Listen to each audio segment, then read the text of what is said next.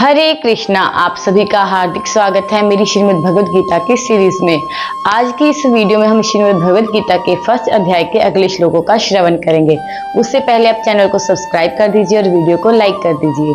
तो चलिए शुरू करते हैं आज का अगले श्लोकों का श्रवण। उससे पहले हम मंगलाचरण करेंगे अपने गुरु वैष्णव और भगवान कृष्ण की कृपा प्राप्त करने के लिए।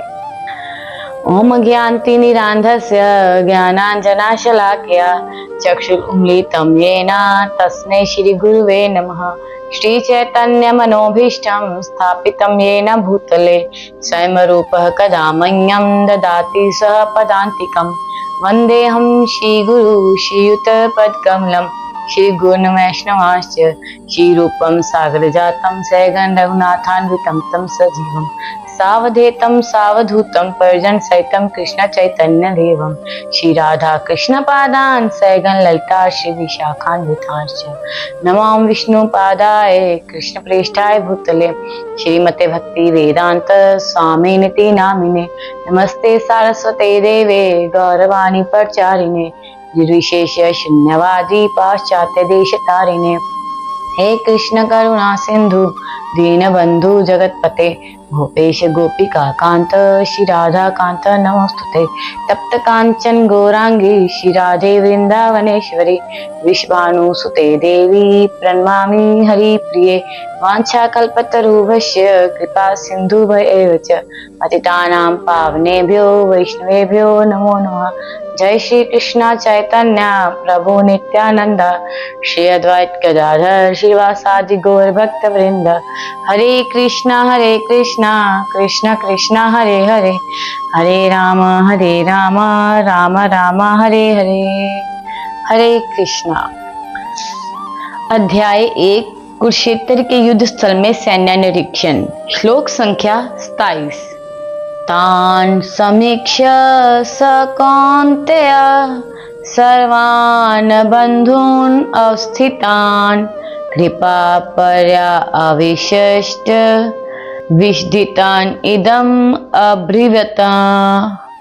अर्थ, जब कुंती पुत्र अर्जुन ने मित्रों तथा संबंधियों की इन विभिन्न श्रेणियों को देखा तो वह करुणा से अभिभूत हो गया और इस प्रकार बोला।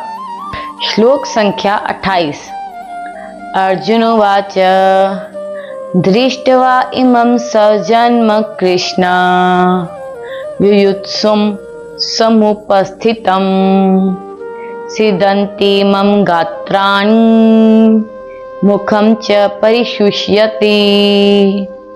अर्थ, अर्जुन ने कहा, हे कृष्ण, इस प्रकार युद्ध की इच्छा रखने वाले अपने मित्रों तथा संबंधियों को अपने समक्ष उपस्थित देखकर मेरे शरीर के अंग कांप रहे हैं और मेरा मुंह सूखा जा रहा है।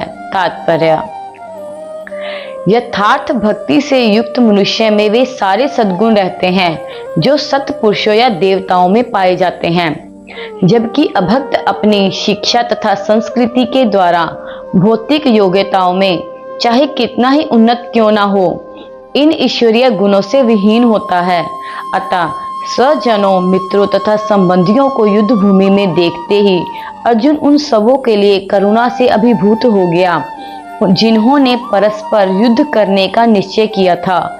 जहाँ तक उसके अपने सैनिकों का संबंध था, वह उनके प्रति प्रारंभ से दयालु था, किंतु विपक्षी दल के सैनिकों की आसन्न मृत्यु को देखकर वह उन पर भी दया का अनुभव कर रहा था।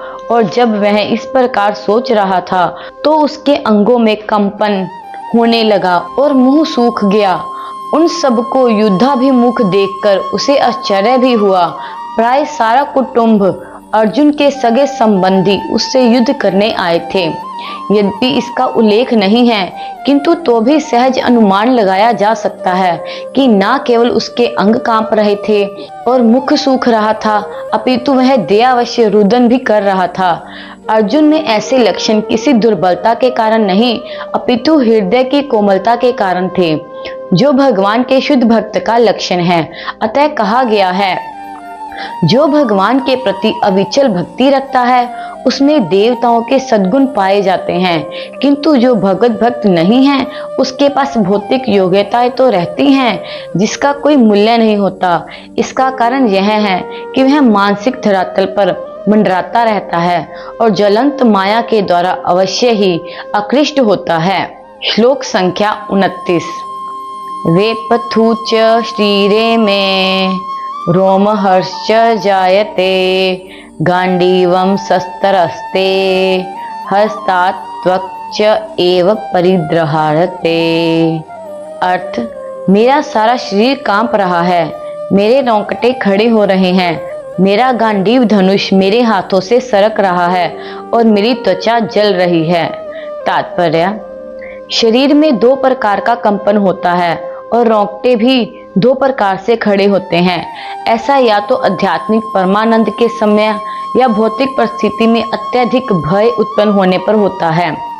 दिव्य साक्षात्कार में कोई भय नहीं होता। इस अवस्था में अर्जुन के जो लक्षण हैं वे भौतिक भय अर्थात जीवन की हानि के कारण हैं। अन्य लक्षणों से भी यह स्पष्ट है, वह इतना अधीर हो गया कि उसका विख्यात धनुष गांडीव उसके हाथों से सरक रहा था और उसकी त्वचा में जलन उत्पन्न हो रही थी। ये सब लक्षण देहात्म बुद्धि से जन्य हैं।